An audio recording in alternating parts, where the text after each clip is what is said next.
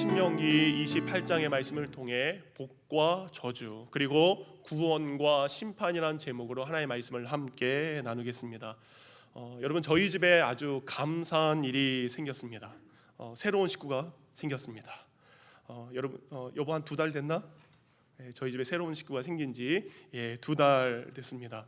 더 감사한 것은 여러분, 저희 집에 새로운 식구가 1명이 아니라 2명이 생겼다는 놀라운 소식을 여러분에게 말씀드립니다. 그래서 저희 집의 식구는 이제 4명이 아니라 이제 6명이 저희 집의 식구가 되게 됐습니다. 너무나 감사한 일이죠. 깜짝 놀라셨지만 여러분이 생각하는 그건 아닙니다. 요즘에 코로나 베이비가 있다는데 그건 아닙니다. 물론 주시면 감사한 마음을 받겠지만 그거는 아닙니다. 여러분, 저희 집에 2명의 식구가 생겼습니다. 그것은 뭐냐? 국어 사전에 식구라는 단어의 의미를 보니까 같은 집에서 살며 끼니 밥을 함께 먹는 사람, 그런 의미에서 이제 4년간의 모든 학업을 마치고 이제 한국에 돌아가는 우리 혜주 자매, 그리고 고등학교를 마치고 또한 한국으로 가는 엘림 자매가 저희 집에 이제 식구로 들어와서 함께 즐거운 시간들을 보내고 있습니다. 집에 같이 살면서 이제 혜주 자매랑 엘림이를 보면서 참 대견하다는 생각이 들었습니다. 어린 나이잖아요. 물론 혜주 자매는 어린 나이는 아닙니다. 그런데 어쨌든 어린 나이에 미국에 와서 열심히 자기가 원하는 것들을 꾸준하게 이루어서 마침내 졸업까지 한 그 모습들을 보면서 참 장하다라는 생각을 하게 됐습니다. 이제 7월 6일 날 이제 한국에 가게 됩니다. 7월 6일 가게 되면 이제 광야에서 살던 이스라엘 백성들이 약속의 땅에, 가나안 땅에 들어가서 새로운 삶을 시작하는 것처럼 이제 우리 혜주, 엘리뿐만 아니라 모든 졸업생들이 새로운 만남, 새로운 환경, 새로운 선생님, 새로운 모든 만남을 하게 되는데, 그 어느 곳에서든지 광야에서 하나님과 함께 있었던 것처럼, 미국에서 하나님과 함께 믿음으로 살았던 것처럼 한국에 가서도 또 부모님을 떠나 대학에 가서도 어느 곳에 가서든지 하나님과 함께 할 수 있는 믿음의 사람이 되기를 간절히 축원합니다. 오늘 신명기 28장은 우리에게 수많은 축복에 대한 말씀, 그리고 더 많은 저주에 대한 말씀을 하고 계십니다. 그래서 여러분, 성경은 축복, 곧 구원에 관해서 말씀도 하고 있지만 성경은 분명히 저주, 심판에 대한 말씀도 분명히 우리에게 하고 있습니다.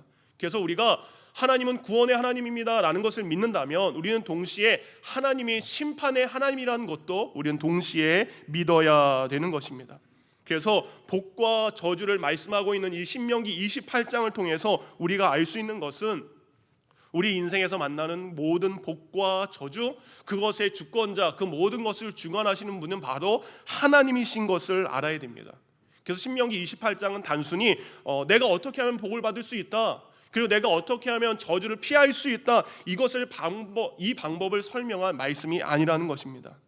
그 신명기 28장은 우리가 하나님과 동행했을 때 나와 우리의 가정과 믿음의 공동체가 하나님 앞에 놀라운 복을 받을 수 있는 그 복음의 이야기, 복된 이야기입니다. 그렇지만 내가 하나님을 떠나고 내가 하나님의 말씀에 순종하지 않았을 때, 내 마음대로 살아갔을 때 나만 어려움을 겪는 것이 아니라 신명기 28장에는 나와 함께하는 가족, 내가 속한 민족, 그리고 믿음 공동체가 함께 어려움을 당하는 것을 신명기 28장은 분명히 우리에게 말씀을 하고 있습니다. 근데 여러분, 신명기 28장에 나온 이 복도, 그리고 신명기 28장에 나온 수많은 저주 가운데서도 저는 묵상할 때 하나님께서 우리를 사랑하셔서 더 좋은 것을 주시기 위한 하나님의 크신 사랑이 그 안에 있음을 다시금 발견하게 됩니다. 그 신명기 28장에 나온 축복이나 오늘 저희가 읽은 참으로 무서운 저주들 앞에 우리가 두려워하는 것이 아니라 축복과 저주sak에 담긴 하나님의 특별한 3가지의 은혜를 우리가 발견해야 됩니다. 그리고 그 하나님의 3가지 특별한 은혜를 통해서 우리의 믿음을 굳게 잡아가기를 원합니다. 첫 번째, 하나님께서 우리에게 신명기 28장 복과 저주를 통해서 주신 축복의 은혜는 바로 더 좋은 것이 있다라는 것입니다. 다 같이 한번 읽어볼까요? 시작. 더 좋은 것이 있다. 그러니까 신명기는 1장부터 14장까지, 1장 28장 1절부터 14절까지 기록된 복들도 너무 좋습니다. 그런데 거기에 기록된 복들보다 더 좋은 것들이 있음을 성경은 기록을 하고 있습니다. 제가 지난주에 저희 아이들에게 한 가지의 챌린지를 했습니다. 일주일도 아니고 5일 동안의 챌린지를 했습니다. 너희가 5일 동안 새벽에 나오면 아빠가 용돈을 줄 것이다. 그리고 새벽 예배를 나온 다음에 아빠와 함께 10,000보를 걸으면, 제가 요즘에 하루에 20,000보 이상 걷습니다.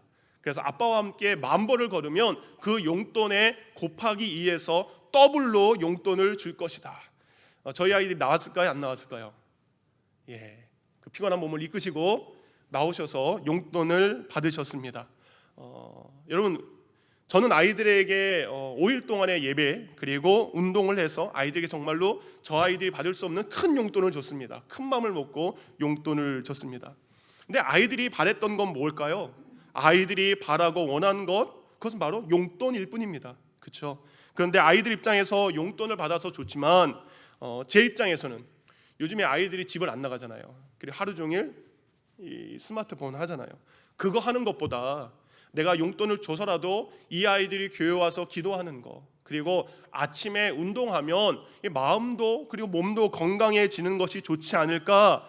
그래서 우리 딸들에게 그런 마음으로 그런 챌린지를 제공을 했습니다. 근데 이것보다 더 제가 원했던 것은 한 가지가 있습니다. 이제 저희 아이들이 이제 11학년, 12학년이 되는데 우리 아이들과 많은 시간을 그렇게 해서라도 보내고 싶은 이 아빠의 마음이 그 안에 있기도 했습니다. 근데 저희 아이들은 어떨까요? 두 딸들은 당장 눈에 보이는 용돈, 그게 좋습니다. 근데 저는 딸들과의 따뜻하고 평화로운 시간을 저는 더 원했던 것입니다. 그러니까 제가 딸들과 이런 행복한 시간을 보내면 여러분, 제가 저희 아이들에게 용돈만 주겠습니까? 저는 아이들에게 더 좋은 것을 주고 싶지 않겠습니까? 신명기 말씀도 마찬가지입니다.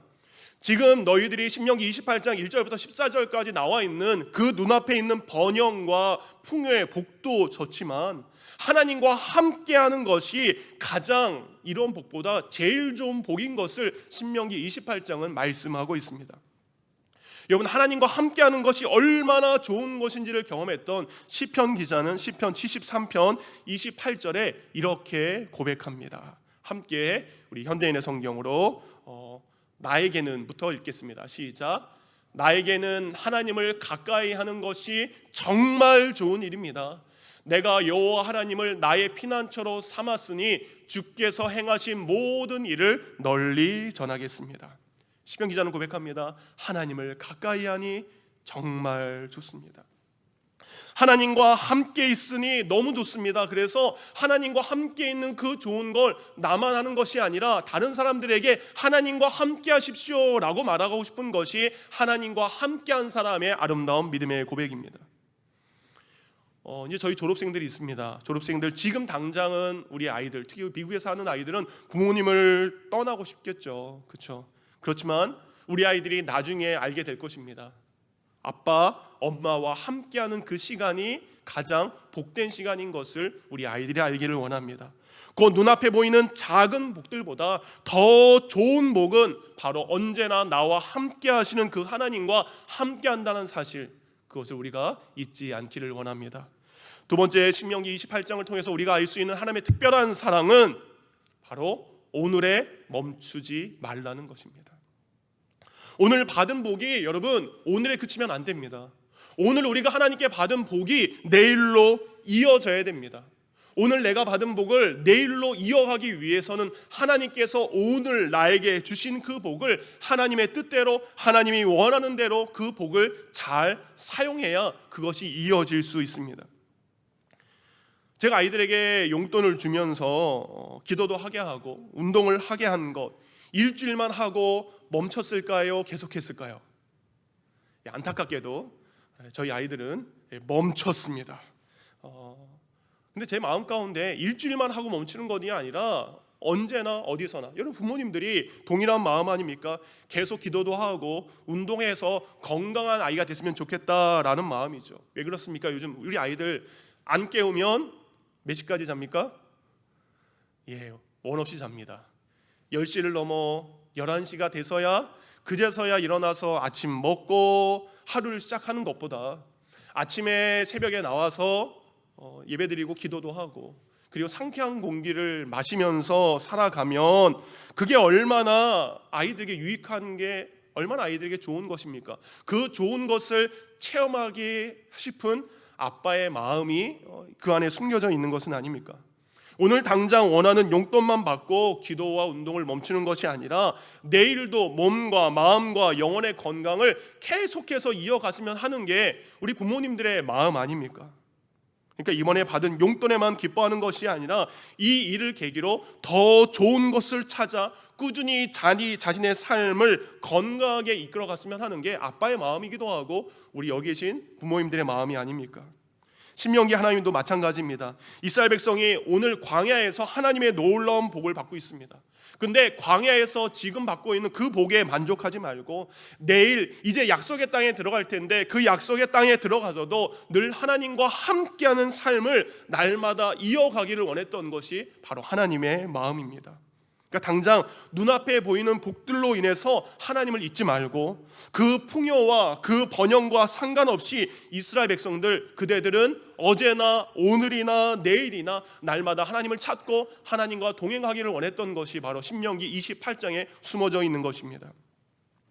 하나님께서 염려가 되셨는지 신명기 8장 12절과 14절에 이렇게 말씀하셨습니다.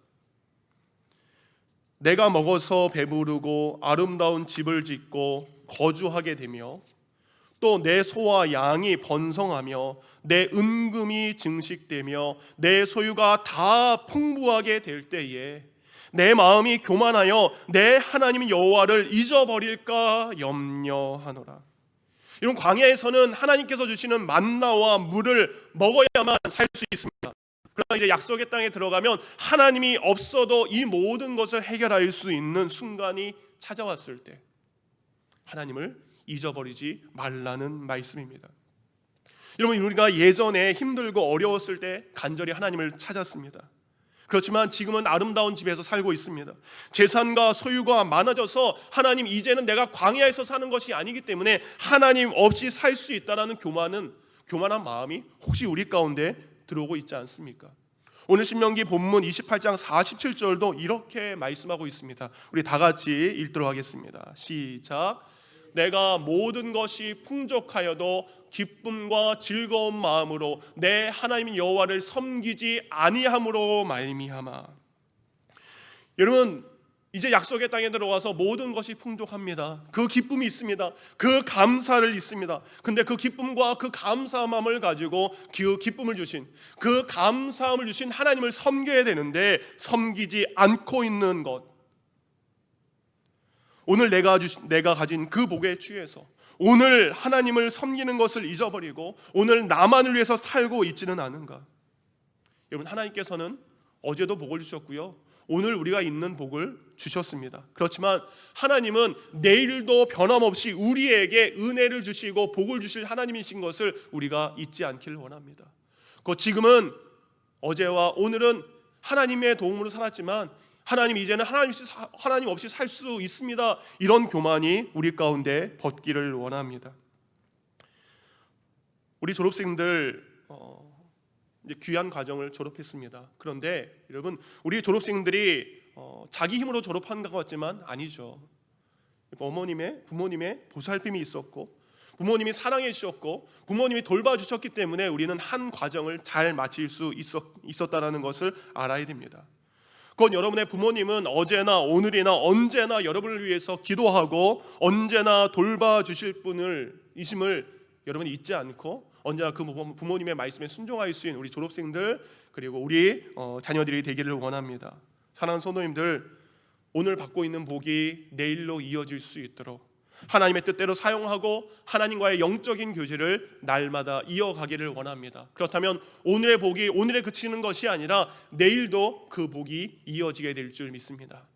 세 번째는 하나님께서 우리에게 이 말씀을 하십니다. 복과 저주의 말씀을 통해 이제 그만 돌아와라.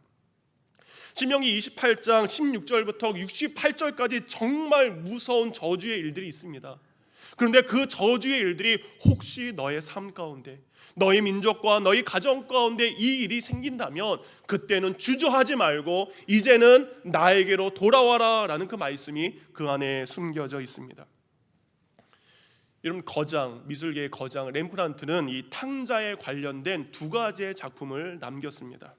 1636년에는 유산을 탕진하는 탕자, 그리고 1669년에는 자신이 죽던 해에 돌아온 탕자에 대한 그림을 그리게 됩니다. 이 탕자에 대한 두 그림은 렘브란트 자신의 일생에 대한 믿음의 고백, 인생의 이야기를 거기에 담고 있습니다. 여러분, 먼저 그림 하나를 보게 되는데, 지금 보시는 작품은 렘브란트가 30살 때 1636년에 그린 유산을 탕진하는 탕자라는 제목입니다. 이런 그림 속에 어떤 한 남자가 술과 여인에 취해 있는 것을 알 수 있습니다. 이 남자는 하나님을 떠나서도 얼마든지 웃을 수 있고 나는 하나님 없이도 얼마든지 즐겁게 살 수 있습니다라고 고백했던 탕자 렘브란트의 모습이 저 안에 숨겨져 있는 것입니다. 그로부터 30년이라는 시간이 흘러가게 됩니다. 그리고 오랜 시간이 지난 후 그가 63세가 되었을 때 노인이 된 렘브란트는 인생의 마지막이 될 수 있는 작품을 완성하기 위해 다시 붓을 들고 하나의 그림을 그리기 시작합니다.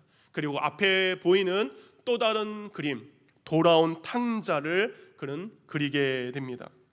아버지를 떠난 탕자가 다시 아버지께 돌아왔듯이 하나님께 돌아가기를 원하는 자신의 신앙 고백을 그림에 담은 것을 알 수 있습니다. 이렇게 렘브란트가 그린 이 돌아온 탕자를 사람들이 대작이라고 하는 이유는 그 그림 속에 자신처럼 방황하던 인간도 하나님의 품에 돌아왔을 때 체험할 수 있는 놀라운 일들을 그림 여러 곳에 굉장히 자세하게 표현한 것을 알 수 있습니다. 그중에 세 가지를 말씀을 드리겠습니다. 여러분, 렘브란트는 빛의 화가라고 이야기를 합니다. 곧 빛과 어둠을 그림에 굉장히 잘 전달하는 화가라고 합니다. 여러분, 그림을 보시면 전체적으로 굉장히 어둡죠. 그렇죠? 굉장히 어둡습니다. 그런데 그 어둠 속에 하나의 빛이 있습니다. 그 하나의 빛이 주위를 밝히고 있는 것을 알 수 있습니다. 곧 어두운 주위를 밝히는 빛의 진원지가 있다는 겁니다. 모두가 어둡지만 그 어둠 가운데 빛을 발하는 존재가 있습니다. 여러분, 어디로 보이십니까? 그림 중에 어떤 것이 가장 밝으십니까? 어떤 것을 통해 그 빛이 나가십니까? 그것은 바로 아버지의 얼굴입니다. 이 아버지의 얼굴에서 나오는 빛은 주위의 어둠뿐만 아니라 어둠에서 돌아온 탕자를 따뜻하게 그리고 포근하게 감싸고 있는 것을 알 수 있습니다. 곧 아버지의 사랑은, 아버지의 포근함은 그 빛으로서 주위에 있는 어두움을, 그리고 어둠 가운데 돌아온 탕자를 안고 있고, 아버지는 가장 사랑스러운 눈빛으로 그 밝은 빛으로 아들을 지켜보고 있는 것을 렘브란트는 저렇게 표현을 하고 있습니다. 두 번째, 렘브란트는 아버지의 빛에 이어서 자신의 지친 어깨를 안아주시는 아버지의 손을 놀랍게 표현을 하고 있습니다. 여러분, 다음 그림을 보시면 탕자의 어깨 위에 있는 아버지의 양손이 여러분 같습니까? 다릅니까? 똑같은 아버지인데 손의 모습이 다른 것을 알 수 있습니다. 곧 아버지의 오른손, 이쪽 손이죠. 오른손은 가늘고 긴 것을 표현을 하고 있고, 그리고 왼쪽 손은 넓적하고 굉장히 커 보인 것을 알 수 있습니다. 렘브란트는 이 그림을 통해서 오른쪽 손에 부드럽고 따뜻한 온화한 어머니의 손을 한쪽으로 표현을 하고 있습니다.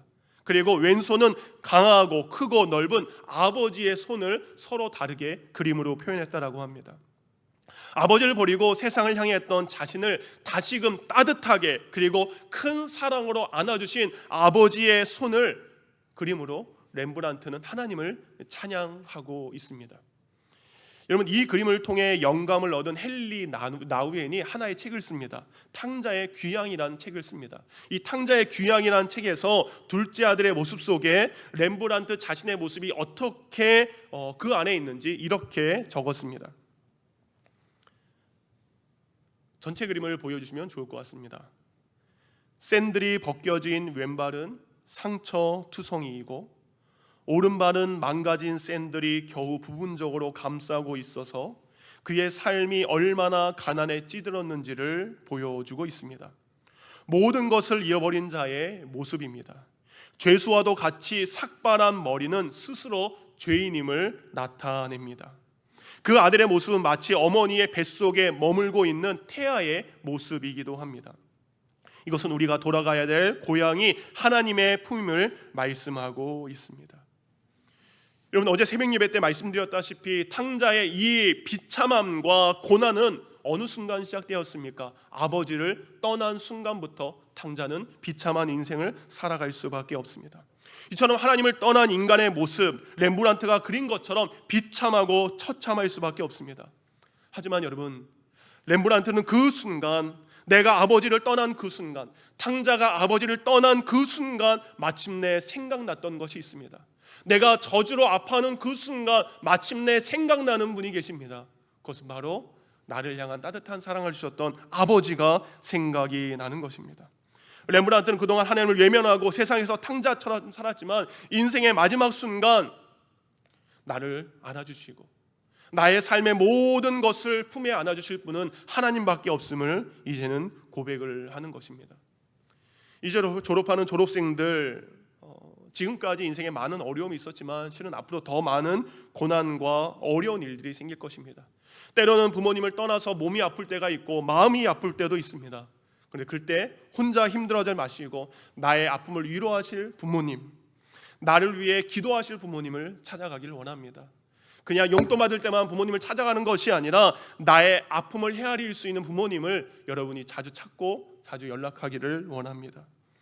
우리가 교만하고 우리가 하나님을 잊어버렸을 때 신명기 28장은 수많은 아픔과 저주의 일이 생기게 된다라고 이야기합니다.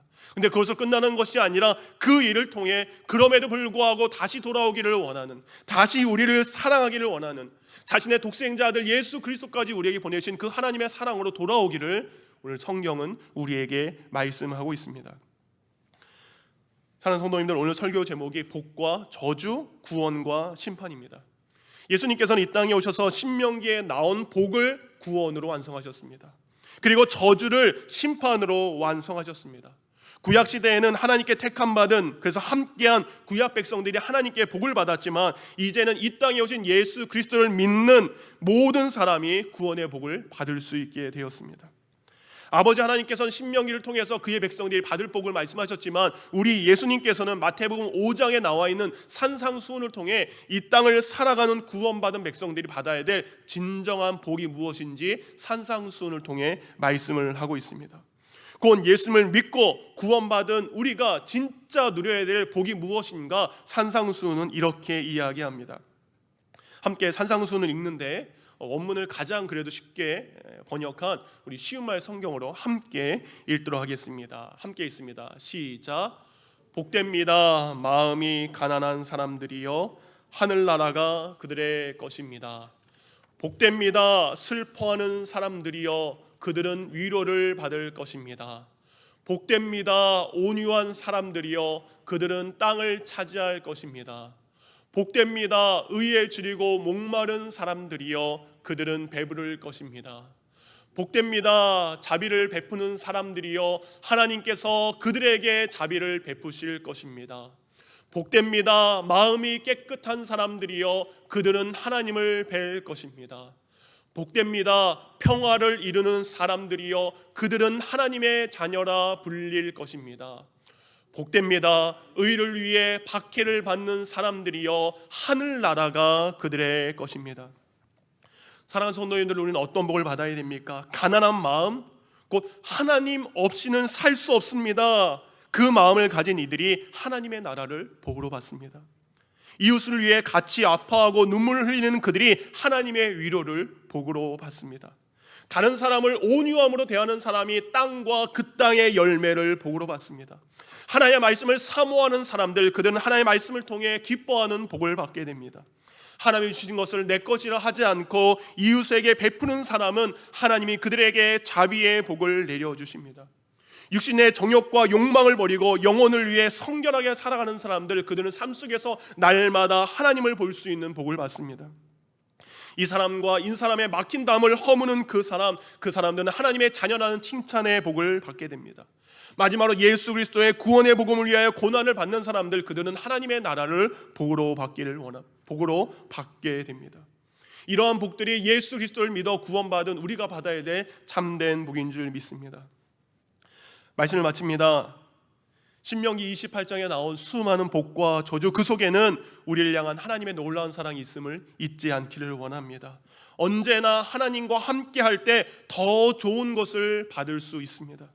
오늘 받은 복을 오늘에 멈추지 말고 내일로 이어질 수 있도록 하나님의 뜻대로 사용하시기 바랍니다. 지금 내 삶에 여러 어려움과 고민이 찾아왔다면 이제 혼자 고민하지 말고 아버지의 품으로 돌아가서 큰 복을 받는 저와 여러분이 되기를 원합니다.